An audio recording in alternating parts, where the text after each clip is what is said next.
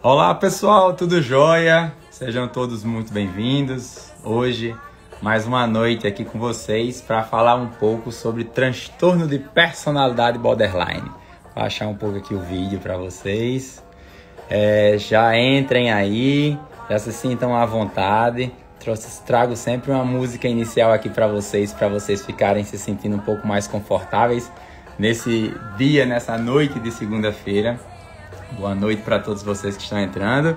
E deixa eu aqui, por favor, colocar o tema aqui para vocês. Borderline.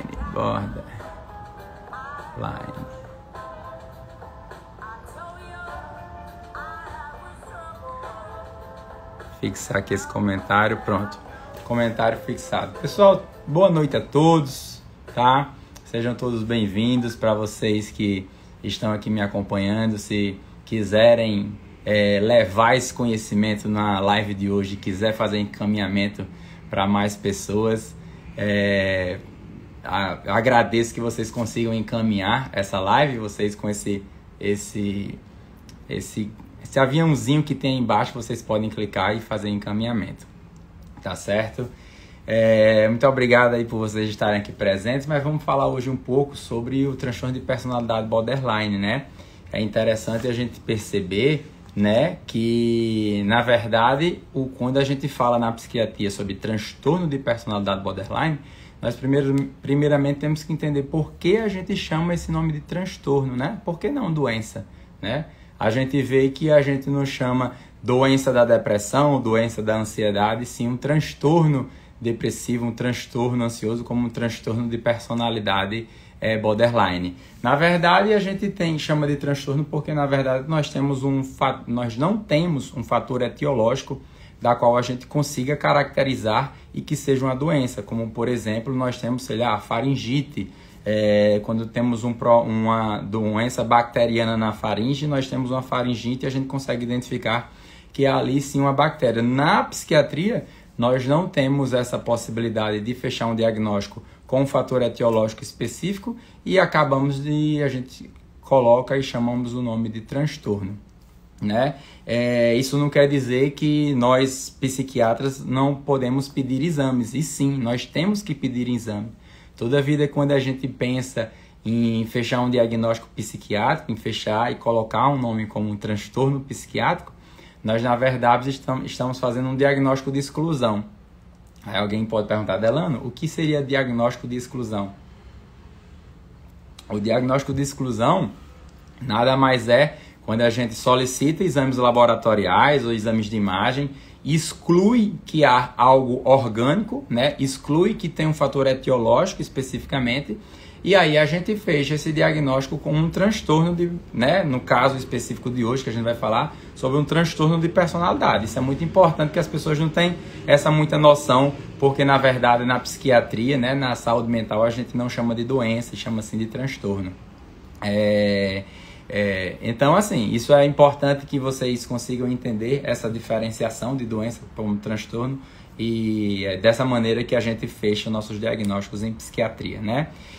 Tudo isso, acho que eu falar aqui um pouco sobre o transtorno antes de a gente iniciarmos especificamente falando sobre o transtorno de personalidade borderline, na tentativa de democratizar o conhecimento de saúde mental, em diminuir os estigmas que tem muito grande, né?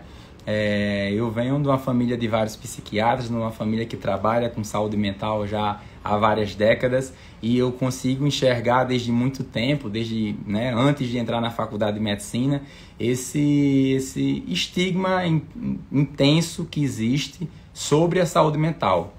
E grande parte do nosso trabalho aqui nas redes sociais e de vários outros colegas que trabalham com saúde mental seria exatamente poder difundir, né, sobre o conhecimento e a gente acabar não tendo tanto preconceito quanto um tema. É interessante que vocês percebam que toda vida, quando a gente não conhece muito sobre um tema, nós temos medo. Quando a gente acha que algum tema é obscuro para a gente, nós temos um pouco de aversão, um pouco de medo. Posso dar aqui um exemplo besta, assim, fácil, né? Imagina você em algum momento que entrou no mar, né? Acredito aqui que todos, ou praticamente todos daqui, né? Nós brasileiros já tivemos contato com o mar em algum momento. E quando a gente entra no mar, né, aquela imensidão de água, né, obscura, que a gente não sabe o que é que tem ali, pô, em algum momento pode vir um medo, né? E o medo é exatamente pelo desconhecido, se ali vai ter algum peixe, se vai ter um tubarão, se vai ter alguma correnteza que vai nos levar para longe. Então é isso, o medo, o desconhecimento que se existe na saúde mental faz com que a gente tenha muito preconceito, faz com que exista muito preconceito pelas pessoas em relação à saúde mental. E é isso que é importante que a gente consiga fazer e falar um pouco mais sobre a saúde mental, né?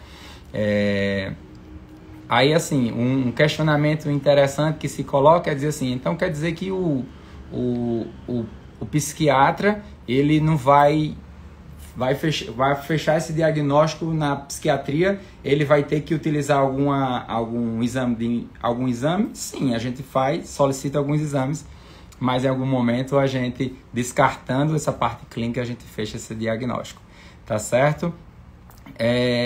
Em relação à saúde mental, uma coisa que é muito importante que seja dito é que a maioria dos diagnósticos, na verdade, praticamente todos os diagnósticos em psiquiatria, as pessoas conseguem, não praticamente todos, mas muitos diagnósticos em psiquiatria, as pessoas conseguem conviver com aquele diagnóstico, mas eles não vivem tão bem se não tratados. Por isso que é tão importante a gente conseguir buscar ajuda de um tratamento adequado, seja com um profissional de saúde mental, seja um psicólogo, seja um psiquiatra, e que assim, dessa maneira, dessa forma, a gente consiga lidar melhor e ficar bem, né? Toda a vida, quando a gente pensa em tratamento de saúde mental, a gente pensa, na verdade, em fazer com que a nossa qualidade de vida melhore, tanto para a gente quanto para pessoas próximas a nós, né? Pessoas que têm a nossa convivência. Então, imagine especificamente hoje um quadro de transtorno de personalidade, aquele indivíduo que não faz um tratamento direito, onde os sintomas estão mais aflorados, onde a pessoa não está se sentindo tão bem, aquilo tem um prejuízo para você, né? Para si mesmo. Aquilo vai ter um prejuízo também para os indivíduos que estão ao redor. Então, sim, é importante que as pessoas tenham esse entendimento, que o conhecimento em saúde mental seja difundido e que a difusão desse conhecimento em saúde mental para que as pessoas consigam encontrar a sua estabilidade. Mas também é interessante perceber que as pessoas gostam de colocar muita responsabilidade no outro, né? Ontem eu tive a satisfação de poder encontrar um grande amigo meu, psiquiatra, Dr. Humberto Miller, está passando uns dias aqui em São Paulo. E ontem no jantar nós comentamos sobre pessoas que chegam no nosso consultório e eles vêm com alterações complexas, assim, vamos pensar assim, de rotina da sua vida. Ou mais do que complexas, na verdade, difíceis para uma boa qualidade de vida.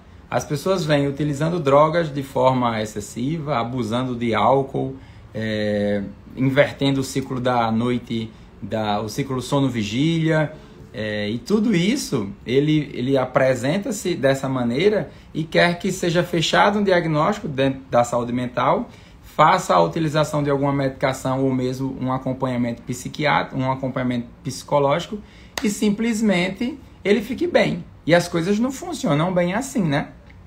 Você não tem como chegar para um fechamento de um diagnóstico, encontrar que tem um diagnóstico seu, mas aí vem com queixas de que tem déficit de atenção, ou com queixas de que está mais irritado, ou queixas de que está desmotivado, ou queixas de que está ficando mais ansioso. E aí quando você vai avaliar a rotina do indivíduo, ele vai dormir de 2 horas da manhã para se acordar às 6, ou às vezes vai querer dormir às 6 horas da manhã para se acordar de meio-dia.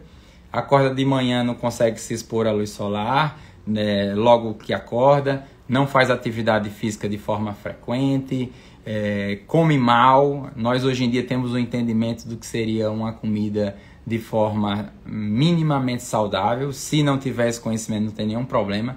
Temos a nutrição para poder nos ajudar, né?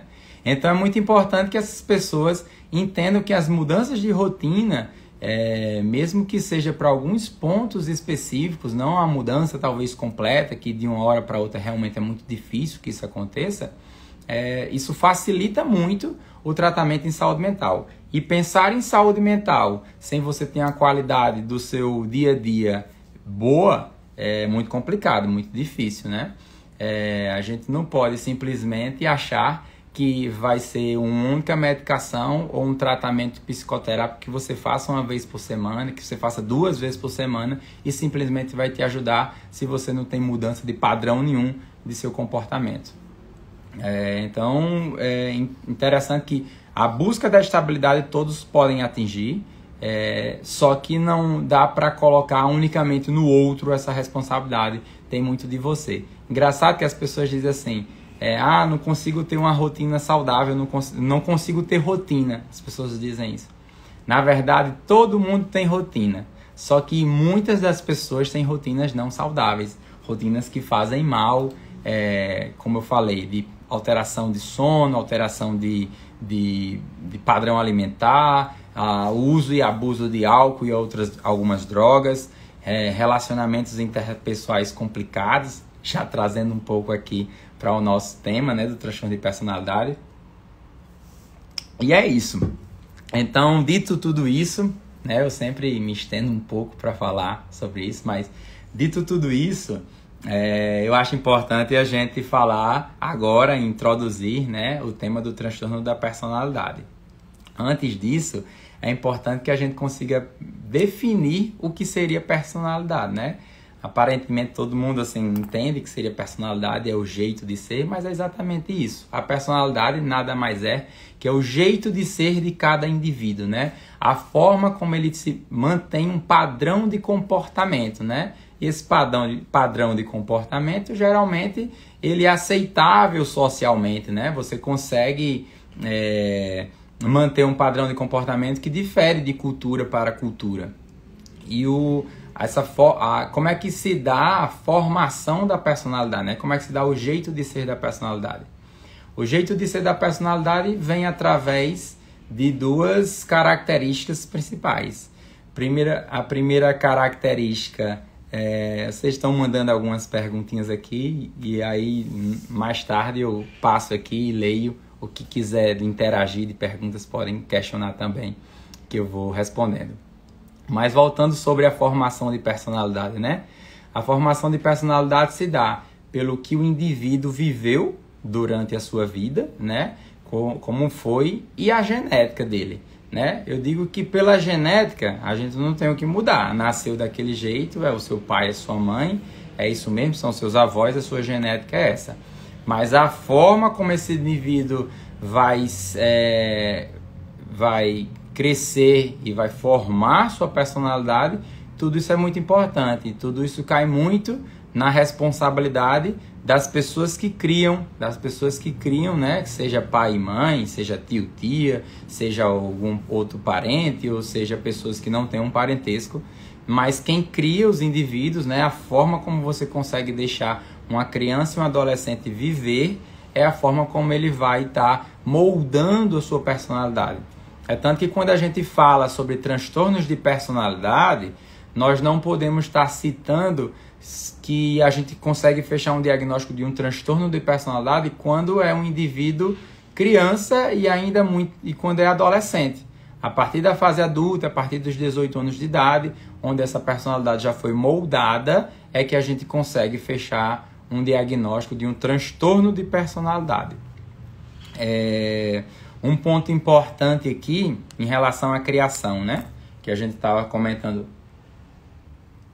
Em relação à criação, um ponto importante é que hoje em dia, né, pensando na formação das personalidades dos indivíduos, né, que estão hoje em dia nesse mundo virtual que nós temos, é sempre muito complexo, é sempre muito complicado. Existe uma regiãozinha do nosso cérebro aqui no meio que se chama sistema límbico.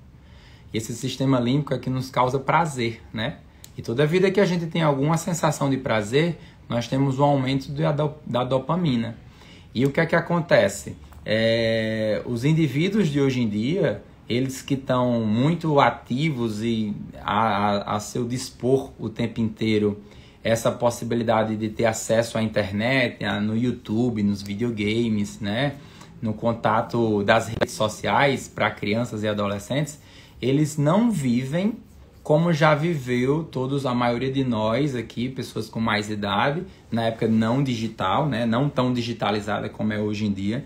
Eles não viveram esse déficit dopaminérgico. O que seria isso? Vou dar um exemplo, né? Há 20 anos, há mais tempo, há mais de 20 anos, quando eu tinha lá meus 10, 12, 13 anos de idade, eu gostava de assistir desenhos animados, por exemplo, na televisão, ou alguma coisa específica na televisão. Eu não tinha um acesso tão fácil o tempo inteiro como eu tenho hoje em dia. Se você pega hoje em dia um garoto de 10 anos de idade, ele não vai esperar 24 horas, ele não vai esperar uma semana para que aquele desenho favorito, aquela série favorita dele apareça. Ele simplesmente vai utilizar naquele exato momento. Ele vai ter acesso na palma da sua mão para aquele momento de você simplesmente acessar um YouTube, um vídeo no YouTube, uma série do Netflix, um filminho que ele quer assistir, um desenho animado que ele quer assistir, e simplesmente ele acessa isso o tempo inteiro. Então, assim, ele não tem ele está o tempo todo recebendo o que ele deseja, o tempo todo elevando a sua dopamina o tempo inteiro, mas isso pode ser muito perigoso na formação de personalidade. Por qual motivo? Ele praticamente não tem frustrações, pensando nesse ponto específico. Ele pode ter frustrações em outras áreas da vida dele, nos relacionamentos que possa, porventura, ele viver, os estresses que ele vive. Mas ele não tem as frustrações, o indivíduo desse. Pensando especificamente nesse ponto. E aí o que é que acontece? Isso é muito complicado, porque vai chegar algum momento na vida dele que ele vai precisar viver algumas frustrações, mas ele não vai aceitar. Essas pessoas que não vivem mais, que estão crescendo e estão formando a sua personalidade sem apresentar o déficit dopaminérgico tão importante, eles ficam muito mais impulsivas, ficam muito mais propensas a, porventura, buscar drogas de abuso, por exemplo, e tem uma personalidade mais, vamos dizer assim, mais difícil de se lidar, né? Imagina um indivíduo que ele não recebe o não nunca, quando está se formando na sua personalidade. Então, quando ele chegar um pouco mais velho, quando ele tiver uma personalidade formada, no momento que ele receber não, a sensação de frustração vai ser tamanha que ele pode fazer alguma besteira contra ele ou contra outras pessoas. Então, uma das coisas mais importantes que se tem na criação e na formação de personalidade do indivíduo são os limites que são impostos. Esses limites vão ser impostos pelos pais, ou pelos tios, ou pelos adultos responsáveis, né? Quando você pega uma família que seja muito desestruturada, que o indivíduo realmente não tem esse tipo de cuidado, né? De limites, na verdade, né? O limite é dar amor para a criança. Lembre-se que se você quiser formar uma grande personalidade de um indivíduo, você vai ter que esse indivíduo que uma personalidade não seja não venha com a presença de um transtorno, por exemplo, ele vai ter que, provavelmente, esse indivíduo vai ter que receber muitos limites, né? Isso não é fazer a criança sofrer, pelo contrário, né? É você dar os verdadeiros limites para que ele consiga construir a sua personalidade bem feita, né? Vamos dizer assim, sem os transtornos. Mas, claro, tem os fatores genéticos, tem os outros fatores emocionais da qual ele pode estar vivendo, o indivíduo. Por exemplo, um indivíduo que vive uma situação de estresse muito grande, onde os pais ou os seus responsáveis têm grandes momentos de muito conflito, de briga, onde o indivíduo ele apanha muito ou realmente foi abusado sexualmente. Todo esse confronto, toda essa formação de personalidade que tem muito estresse envolvido, pode sim fazer um transtorno de personalidade, né? Então, dito isso sobre o que seria a personalidade e como é formada a personalidade, vamos entrar nos transtornos de personalidade, especificamente o borderline. É interessante que a gente perceba que os diagnósticos que a gente fecha de transtorno de personalidade, hoje em dia a gente fecha em 3 grupos, Esses 3 grupos eles são divididos em 10 personalidades. As pessoas gostam muito, é isso. É muito interessante estudar sobre a personalidade, sobre os transtornos de personalidade, né? As personalidades que existem, o grupo A, ele divide em 3 grupos. O grupo A é o grupo dos excêntricos, dos esquisitos, que é a personalidade esquizoide, esquizotípica e a personalidade paranoica, tá? O grupo C são a personalidade dos ansiosos, né? Dos ansiosos, dos obsessivos. Aí tem o transtorno de personalidade evitativa, o transtorno de personalidade dependente e tem o transtorno de personalidade obsessivo-compulsivo. E temos aí o grupo B, né? Que seria talvez o transtorno de personalidade que as pessoas acham mais interessante, que querem conhecer, que querem conversar, que querem debater sobre o tema, que são a personalidade pessoas que são, né, têm uma impulsividade maior, são pessoas que são mais emotivas, que aí seriam quem? O transtorno de personalidade antissocial, que é o psicopata, o transtorno de personalidade histérico, né, que são os histéricos, o transtorno de personalidade borderline, que a gente vai falando, e o transtorno de personalidade, e o narcisista, né? Então são os psicopatas, os narcisistas, os histéricos e o borderline. Hoje, especificamente, vou trazer para você o transtorno de personalidade borderline, né? Esse transtorno de personalidade borderline é um transtorno de personalidade onde a gente tem que que a gente já fala, o nome é importante a gente saber, porque borderline, né? Borderline é como se ele estivesse assim na borda, né? Na beira, no extremo aí, e muito foi colocado pelas variações de humor que existe nesse transtorno de personalidade, que seria quase que um extremo entre um quadro psicótico e um quadro neurótico grave, né? Um neurótico grave a gente pode correlacionar como sendo um quadro de muita ansiedade, de muita impulsividade, e os psicóticos, né? O quadro psicótico é quando há as distorções da realidade. Todo quadro psicótico, na verdade, é quando há uma quebra da realidade. Não especificamente há um quadro psicótico no transtorno de personalidade borderline, mas há essa quase quebra da realidade, né? Então é importante que vocês consigam entender porque esse nome foi dado de transtorno de personalidade borderline. Isso já começa a abrir um leque muito grande do entendimento que a gente tem sobre esse transtorno de personalidade, né? Ele atinge mais ou menos aí uns 2% da população, tá? Então, assim, é muita gente, de 1 a 2% é muita gente, tá certo? E as pessoas falam assim, um transtorno de personalidade, a gente vai curar esse transtorno de personalidade? Primeiro, como a gente já disse, que a personalidade é um jeito de ser do indivíduo, né? É a forma que esse indivíduo se apresenta. Então, a cura para isso não tem. E as pessoas costumam, de forma muito preconceituosa com a saúde mental, dizer que a saúde mental não cura nada. Aí eu que questiono agora para a medicina, né? E a medicina, ela cura o quê? A gigantesca maioria das doenças que a gente tem são doenças crônicas. Quem faz? A gente, quando chega no nosso fim de vida, a doença que mais mata os seres humanos são as doenças crônicas degenerativas como hipertensão e diabetes, né? As dislipidemias e tal. E não é diferente na psiquiatria que as doenças também são crônicas. E algo muito interessante de um psiquiatra muito experiente, que já me passou essa informação e para mim ficou muito na minha memória, e comecei a prestar realmente muita atenção nisso, é o meu pai. Meu pai, psiquiatra há muitos anos, ele fala, Delano, não existe doença psiquiátrica sem ter transtornos comórbidos. O que seria isso, transtornos comórbidos, Delano? É quando a gente tem mais de um transtorno em um mesmo indivíduo, né?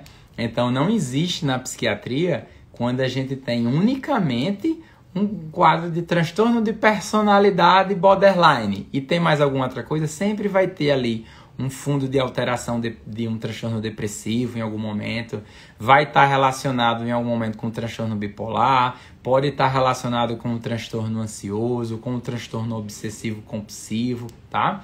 Então, não existe na psiquiatria, isso dito por um psiquiatra muito experiente, né? E realmente quando a gente vai avaliar é isso que acontece, não existe essa não separação dos diagnósticos, né? Na verdade, as pessoas chegam até nosso consultório, os indivíduos que têm um adoecimento psíquico, um adoecimento mental, eles vêm com transtorno de personalidade, não, com transtornos comórbidos, né? Na psiquiatria. Então, assim, isso é muito interessante, né? Para a gente perceber, porque, na verdade, a gente não pode fechar que aquele indivíduo tem aquele único diagnóstico e é aí que a gente vai tratar. A gente sempre tem que ter uma avaliação de um todo daquele indivíduo e pesquisar quais são os transtornos comórbidos que estão em alguns momentos atrapalhando mais, atrapalhando menos. Por que atrapalhando mais, atrapalhando menos? Porque, na verdade, na psiquiatria, os diagnósticos, eles são espectrais. Nossa, Delano, você está trazendo muita coisa aí que está confundindo minha cabeça. Delano, o que seria um diagnóstico espectral? O diagnóstico espectral é que, na verdade, não é ali preto no branco, tem ou não tem. Quando uma pessoa tem um diagnóstico, não é todo mundo igual. Um diagnóstico de transtorno depressivo maior, você pode ter 10 pessoas com transtorno depressivo maior, mas que são situações diferentes, são abordagens diferentes, às vezes medicações, obviamente, diferentes. Transtorno bipolar, então, pelo amor de Deus, é uma cesta de miscelânea absurda de possibilidades diferentes. Você dizer que um indivíduo tem um transtorno bipolar, você pode dizer que ele tem uma variação assim completamente diferente do outro. Então, não dá para você se apegar ao seu transtorno, não dá para você se pegar ao seu transtorno de personalidade, e sim você ter um entendimento de como é o seu funcionamento, seja porque você tem um transtorno de personalidade, seja porque você tem algum outro tipo de transtorno comórbido. Então você vai receber orientações adequadas do seu psiquiatra, você vai receber orientações adequadas do seu psicólogo, da sua psicóloga, né? E aí você vai conseguir conviver melhor com aquilo que você apresenta, né? Com as suas alterações comportamentais da qual você apresenta, tá certo? Então, o transtorno de personalidade borderline, como eu disse, tá vindo algumas perguntas aí, depois eu dou uma passada, tá? E converso um pouco mais com vocês. Então, entrando aí sobre o transtorno de personalidade borderline, tem 4 pontos interessantes para a gente avaliar e entender nesse funcionamento desse indivíduo, né? Então, a gente explicou aí, falou sobre por qual motivo é border, né? E outro nome que também é dado, e para vocês entenderem mais a fundo sobre esse transtorno, que o transtorno borderline é um transtorno de personalidade emocionalmente instável. Então, já vem um primeiro padrão interessante de a gente avaliar para esses indivíduos, que seria exatamente a instabilidade emocional. Esses indivíduos que apresentam esse transtorno de personalidade, eles apresentam essa instabilidade emocional e eles são geralmente muito reativos, né? Eles podem estar aqui do 0 para o 80, né? Do 0 ao 80, né? Então, essa instabilidade emocional leva esses indivíduos a ter uma qualidade de vida muito danosa, muito ruim, tanto para eles quanto para outras pessoas. Então, é interessante que a gente perceba e saiba essa característica aí, que é um padrão assim fundamental. Existem 4 padrões que eu trouxe aqui para vocês para a gente comentar. O primeiro padrão desse foi um padrão da instabilidade, da qual mostra que eles são pessoas extremamente reativas, de personalidade extremamente reativa. O outro é relacionado aos relacionamentos. E aí, quando eu digo aqui relacionamentos, eu não posso pensar unicamente em relacionamentos amorosos, tá?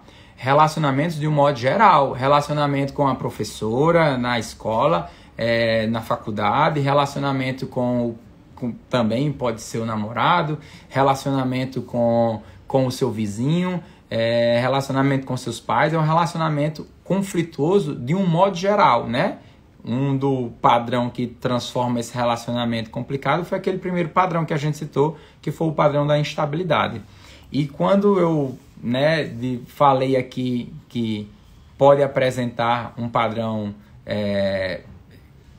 de relacionamento conflituoso, imagina uma pessoa de muita instabilidade, tá certo? Imagina uma pessoa de muita instabilidade que ela, nesse padrão de relacionamento conflituoso, ela vai ter, em alguns momentos, de grande explosão de raiva, né, de ira, ou de muita instabilidade, que em algum momento está muito feliz, outro momento pode estar extremamente triste. A gente vai conversar um pouco mais sobre isso, tá? E outro padrão que eu acho importante da gente citar é o padrão de autopercepção. Geralmente, essas pessoas que têm um transtorno de personalidade borderline, às vezes eu disse agora essas pessoas, mas eu tô com medo de citar em algum momento aqui essas mulheres, porque na verdade em torno de quase 80% dos diagnósticos de transtorno de personalidade borderline são do sexo feminino, tá? Então não seria talvez um preconceito meu de chamar elas, mas que na verdade a maioria das pessoas que têm esse diagnóstico de transtorno de personalidade são as mulheres, tá? Tem explicação bem feita por que isso, mas é uma constatação. Mas bem, essa autopercepção delas é muito ruim, ou das pessoas que apresentam isso. Na verdade, eles só veem os seus defeitos. Todos nós temos os nossos defeitos, todos nós temos as nossas virtudes, né? Mas elas conseguem, essas pessoas que apresentam esse transtorno de personalidade, veem muito os seus próprios defeitos e acaba isso sendo muito ruim. Agora, imagina se a gente vai juntando todos esses padrões que a gente já falou. De padrão de instabilidade muito grande, de ser extremamente reativo, de relacionamentos conflituosos, de uma autopercepção muito ruim, mesmo a pessoa sendo uma pessoa que seja uma excelente pessoa, um excelente profissional, tem uma percepção muito danosa, muito ruim de si mesma. E a impulsividade, né?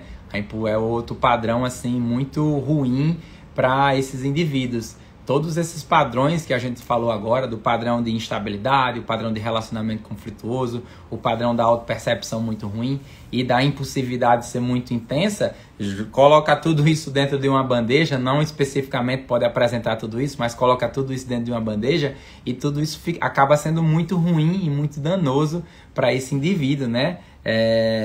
Que é o transtorno de personalidade borderline.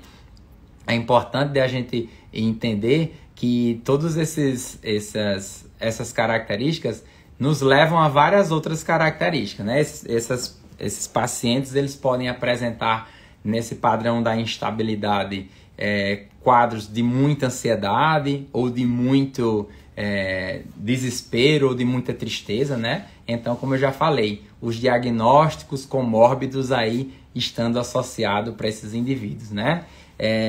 O paciente borderline, para que a gente consiga entender um pouco sobre isso, é como se fosse o paciente que está apaixonado, né? Isso alguns autores começam e costumam falar dessa maneira, e é interessante perceber que no momento da paixão pode ser para o bom e pode ser para o ruim, né? E o bom é de muita intensidade de ser muito bom, mas ao mesmo tempo é muita intensidade para ser muito ruim. A gente entende que num momento de paixão, quando você é correspondido, é maravilhoso e você se vive muito bem. Agora imagine uma não correspondência.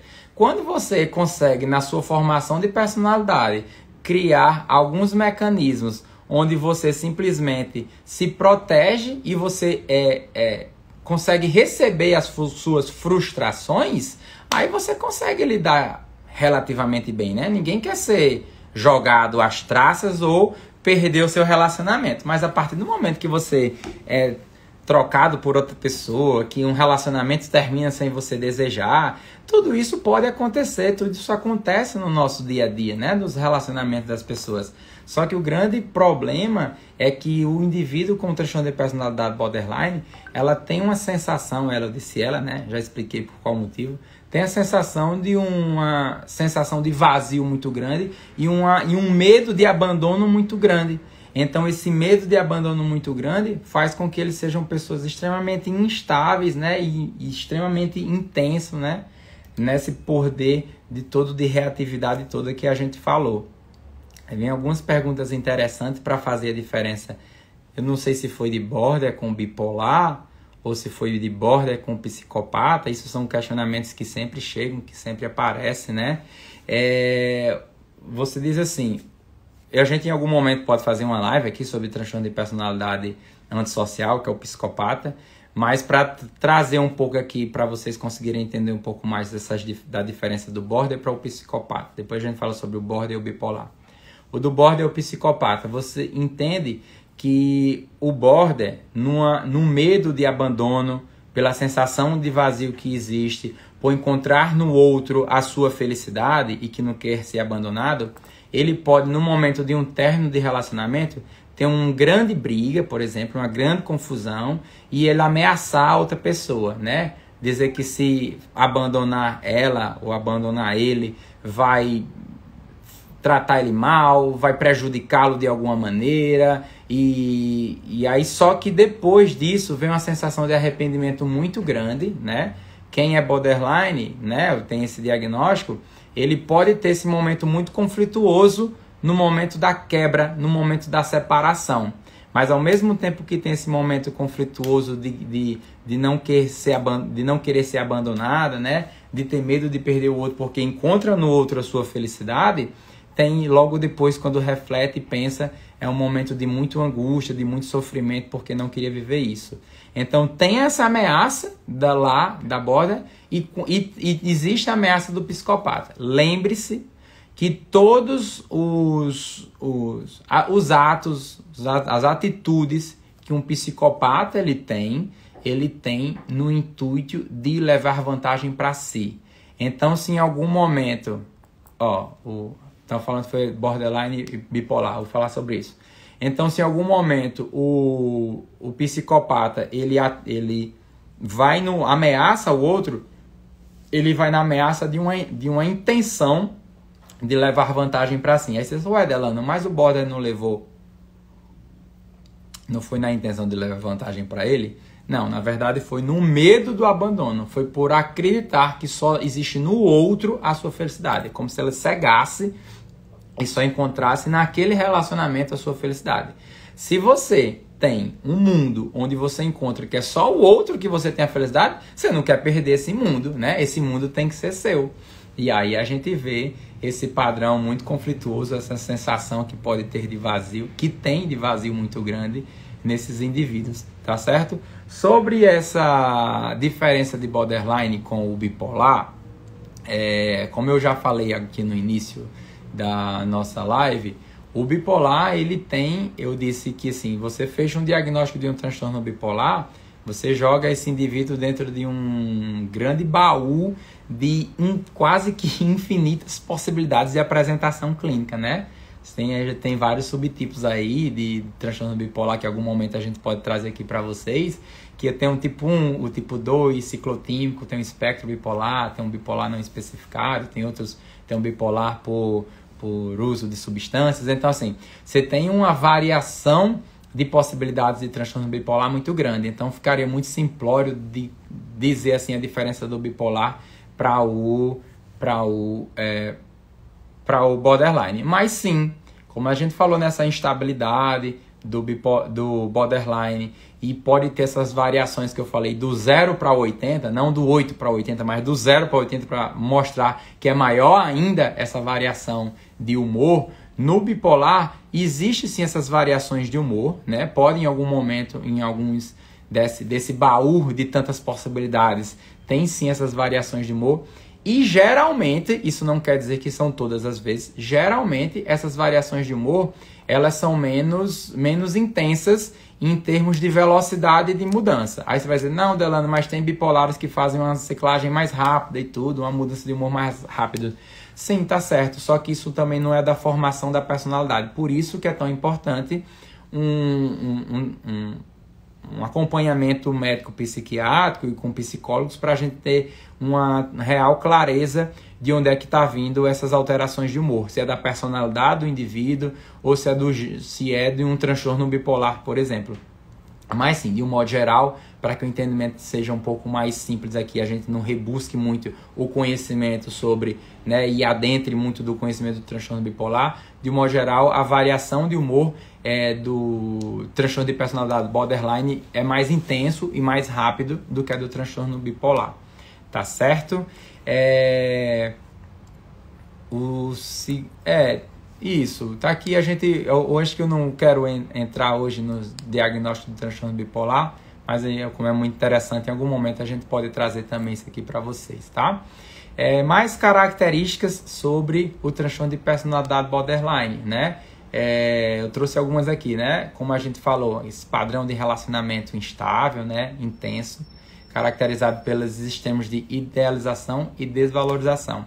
É muito interessante que a gente perceba que esse padrão de intensidade nos relacionamentos não é só para o amor, é também para o ódio. Então a ira, junto com a impulsividade, muito aflorada nesses indivíduos com essa personalidade, pode trazer esse amor tanto para o bem quanto para o mal, né? Então isso é importante, né? Essa instabilidade, tanto de forma positiva, e essa impulsividade tanto de forma positiva quanto pode ser de forma negativa, né? Tem uma perturbação na identidade, né? Uma instabilidade acentuada e persistente na autoimagem e de percepção de si mesmo, né? Como a gente falou, uma autopercepção muito negativa de si, sempre se colocando muito para baixo e sempre caracterizando, colocando no outro a sua felicidade. Isso também é importante da gente ver, né? A impulsividade, como a gente falou, né? E a impulsividade do indivíduo com transtorno de personalidade borderline é uma impulsividade onde esse indivíduo se coloca em risco, tanto a sua vida quanto a vida de outros, né? Na verdade, vai ser uma impulsividade relacionada. Imagina só, um indivíduo com transtorno de personalidade borderline, naquela sua sensação de vazio, vai ter um abuso maior da possibilidade de drogas, vai ter um abuso maior relacionado a questões sexuais, vai ter um abuso relacionado aos gastos econômicos, então em direção perigosa. Então esses indivíduos que apresentam essa impulsividade aumentada e é um padrão bem característico, né, desse transtorno de personalidade, traz algo de muito grave, né? Pode trazer algo de muito grave, tanto para si quanto para terceiros, né?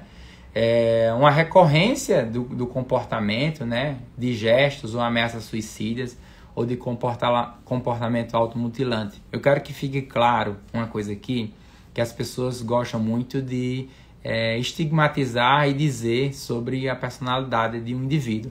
Apresentou cortes, né? Por alguma razão, o indivíduo se cortou pelos braços, essa característica aí é a característica borderline e essa pessoa já tem isso por causa disso. Não pode. A gente nunca pode pensar em ter um fechamento no diagnóstico de personalidade de uma hora para outra por uma única característica que você viu. Tem que ser investigado toda a sua formação de personalidade do indivíduo, assim como é o jeito de ser que esse indivíduo vem apresentando no seu dia a dia, na sua vida, né?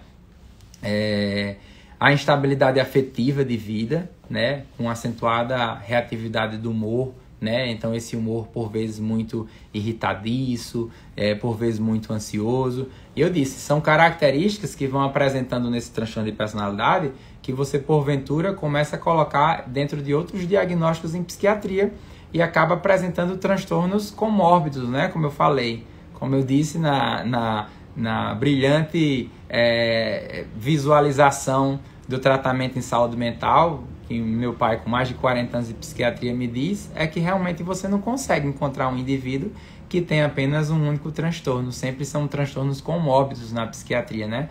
E como eu falei que como são diagnósticos espectrais, eles vão variando aí desses transtornos, né?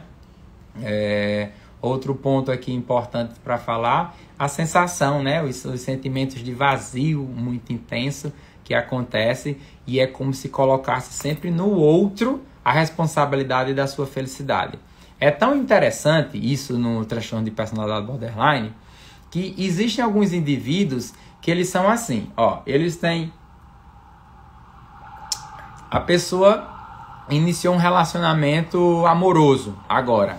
E nesse relacionamento amoroso, o seu namorado, ele gosta de jogar tênis, por exemplo. Essa pessoa não gosta, essa pessoa que tem um transtorno de personalidade borderline, não gosta de esportes, nunca praticou esportes, a vida toda foi sedentária e simplesmente esse indivíduo agora, nesse relacionamento afetivo, né, com a pessoa que gosta de esporte, que gosta do tênis, por exemplo, essa pessoa que tem um diagnóstico de transtorno de personalidade borderline vai se dedicar ao máximo para aprender o tênis, vai conhecer quem são os tenistas melhores mundiais, vai entrar numa aula de tênis, vai se dedicar. Só que essa dedicação não é para si, é para agradar o outro, porque como ela identifica que é no outro que ela consegue encontrar o seu momento de felicidade, o seu prazer máximo, ela não vai querer perder aquele indivíduo, ela vai se jogar ao máximo, por exemplo, para fazer alguma coisa que o outro gosta, né? Talvez ela comece a gostar realmente, né? Mas só que a gente entende e visualiza essas entregas intensas no outro, né? No gosto do outro, para que ele possa, por exemplo, agradar. Isso é um ponto que me lembrou algo interessante. O que é que acontece? Não estou dizendo que são todos, mas grandes artistas, grandes atores, pessoas com transtorno de personalidade, por vezes conseguem ser grandes atores ou grandes atrizes, porque conseguem se entregar ao máximo àquele papel.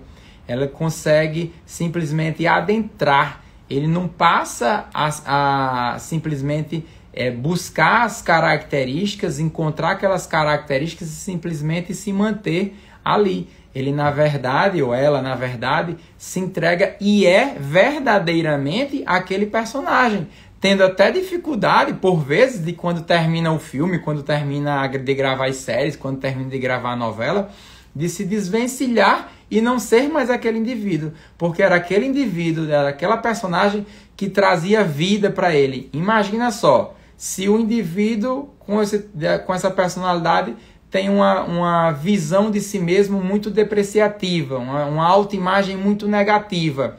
E se ele está fazendo, se ela está fazendo, por exemplo, uma personagem que seja maravilhosa, que seja muito bonita, que seja muito bem quista por todos, então ela vai querer ser aquela personagem especificamente. E ela vai se dedicar ao máximo para isso, tendo até, como eu disse, dificuldade de quebrar esse vínculo e não ser mais o personagem. Essas variações de humor muito grande que a gente falou, né? Com essas raivas intensas, iras intensas. Então, no momento, isso tudo surge com o medo do abandono. Como a sensação de vazio é extremamente grande e tem um medo de abandono, num término de, por exemplo, de um relacionamento amoroso, quando tem esse conflito, quando tem essa quebra, no relacionamento com o pai e com a mãe, quando tem uma grande briga, o que é que acontece? Essa raiva, essa impulsividade intensa é muito intensa e às vezes por vezes desproporcional.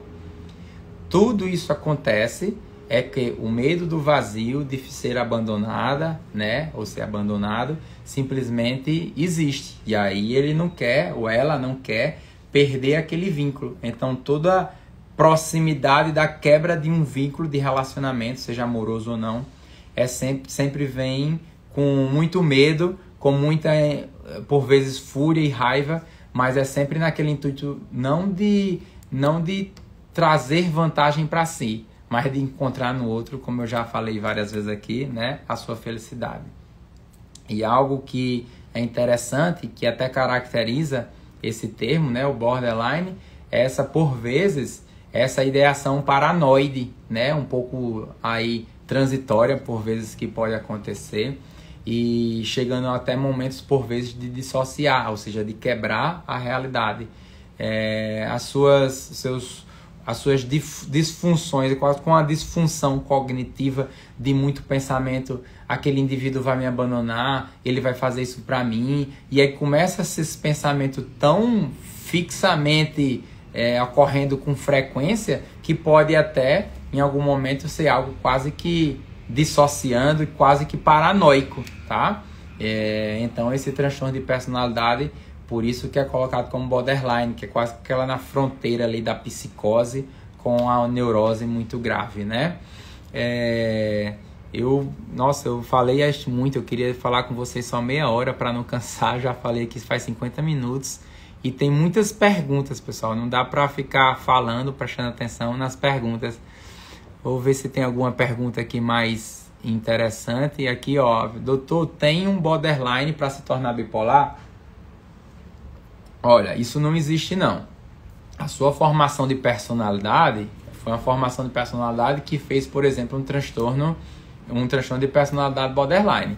Se tornar bipolar é algo que, assim, ou você nasce com as características genéticas para você ter esse quadro de transtorno bipolar, ou você não nasce. Você não pode se tornar um bipolar porque veio do borderline, né? Você pode ter ali o seu gene da bipolaridade que ele não está sendo muito, né, expresso, vamos dizer assim.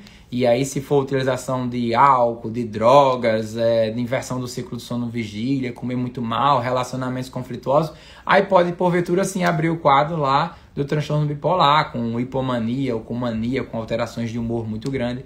Mas não é o transtorno bipolar o transtorno borderline se transformando nesse transtorno bipolar. Aqui outra pergunta, o borderline não costuma ser mais sexualizado, mais extravagante? Nós falamos aqui sobre isso, né? Os padrões de comportamento de que se coloca muito em risco e de grandes flutuações dessas suas características. Então pode se colocar em risco para um abuso de sexo, né? Um sexo desprotegido de forma mais intensa, abuso de álcool e drogas, uma direção complicada, né, de se colocar muito em risco. Então, sim, isso pode ser uma característica que você chamou aí de mais sexualizado, mais extravagante, sim, pode ter também, tá certo? Se borderline atinge mais mulheres, a gente falou que sim, né, em termos de praticamente 2/3 dos diagnósticos de transtorno de personalidade borderline são nas mulheres, né, em torno de quase 80% aí. E aí, deixa eu ver mais se tem algumas outras perguntas. Se todo borderline é também um obsessivo. Não necessariamente, né? A gente pode caracterizar uns padrões de pensamento um pouco diferente, como a gente falou, né? Mais paranoico, né? Mas não necessariamente vai existir esse comportamento mais obsessivo. Existe o transtorno obsessivo-compulsivo, existe o transtorno de personalidade obsessiva compulsiva, que tem uma certa diferença, né? Em algum momento a gente pode falar sobre eles, mas não necessariamente o borderline ele vai ser obsessivo, mas pode sim apresentar várias características obsessivas, como por exemplo esses pensamentos ruminantes, esses pensamentos quase que paranoicos, quase que quebrando da realidade, né? Tá certo? A diferença do borderline bipolar a gente falou bem aqui um pouco, né? Falamos sobre as características do borderline para diferenciar um pouco do bipolar. Em algum momento a gente traz aqui o quadro, né, sobre transtorno bipolar para a gente falar mais. Eu não sei se tem mais perguntas aqui, tem umas perguntas aqui dentro, tá? Podemos ter traços de algum transtorno, tipo alguns sintomas, ou sempre terá um transtorno de personalidade com todos os seus sintomas? Não, pelo contrário, muito difícil a gente ter um diagnóstico um diagnóstico de transtorno de personalidade com todas as características que, por exemplo, o DSM-5 nos coloca, né? Geralmente, como eu falei, as doenças são espectrais, as personalidades também são espectrais e eles podem sim, em alguns momentos, apresentar alguns sintomas, algumas características e não necessariamente apresentar todas. Como também pode apresentar algumas características por algum momento que depois sai e aí depois volta, tá certo? Isso é importante vocês saberem. Doutor, existe alguém psicologicamente saudável ou todo mundo tem algo a tratar? Eu não sei se todo mundo tem algo a tratar o tempo inteiro, né? Na verdade, nós estamos sempre em homeostase, nosso corpo está em homeostase. Eu estou aqui falando com vocês e minha boca está secando. Eu não tenho que beber água o tempo inteiro, mas eu tenho que beber uma quantidade de água específica para eu ficar estável na parte hídrica, né? E a parte psíquica é do mesmo jeito. A gente nasce, cresce, evolui, morre em algum momento, né? E a gente vai precisar em algum momento, a gente em algum momento passa por fases mais difíceis ou não. E existem algumas doenças em psiquiatria, alguns transtornos psiquiátricos, né, na saúde mental, que eles são diagnósticos crônicos, né? E aí, como a esquizofrenia, o transtorno bipolar, o transtorno dos transtornos da personalidade. É interessante que a gente perceber que os transtornos da personalidade, porventura, eles são mais impulsivos, mais exuberantes, vamos dizer assim, com menos idade. Depois, com mais idade, essa exuberância começa a diminuir, ou mesmo a maturidade que chegou, né? Um processo de autoconhecimento, se fizer psicoterapia, vai ajudar e muito. Se tiver sintomas que as medicações psiquiátricas possam ajudar, também vão ajudar e muito. Então, assim, até aí a gente já falou sobre as possibilidades de tratamento, né?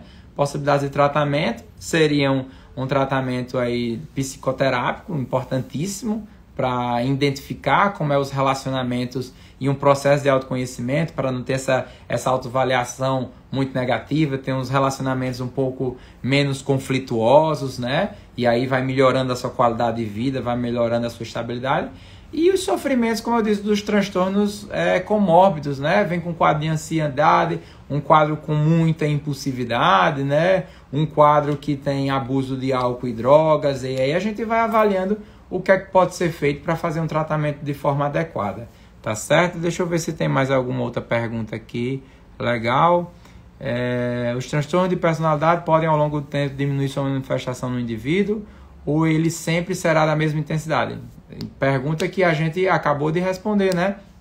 Nesse momento, quando são mais novos, ali até os seus 50 anos de idade, geralmente é um pouco mais exuberante, podendo aumentar, podendo diminuir ali pela diminuição da vitalidade, ou mesmo por ter ficado mais maduro e ter relações menos conflituosas, saber lidar bem com tudo isso, tá certo?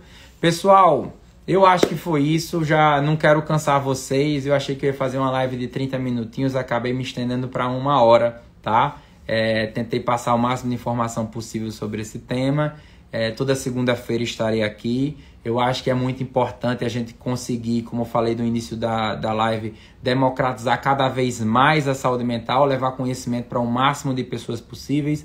Se puderem me ajudar nesse intuito de democratizar esse conhecimento, levar esse conhecimento por mais pessoas, encaminhe essa live para pessoas que você acha que gostariam de entender um pouco mais sobre saúde mental. E o meu intuito e minha função como educador em saúde, como médico que sou, como um psiquiatra que sou, é levar conhecimento o máximo possível para vocês, tá bom? Estou sempre por aqui, contem comigo e qualquer coisa, tamo junto novamente. Segunda-feira, com toda certeza, de 8h30 da noite, estarei novamente aqui com vocês. Um grande abraço, um beijo, boa noite a todos. Até mais, valeu, tchau, tchau.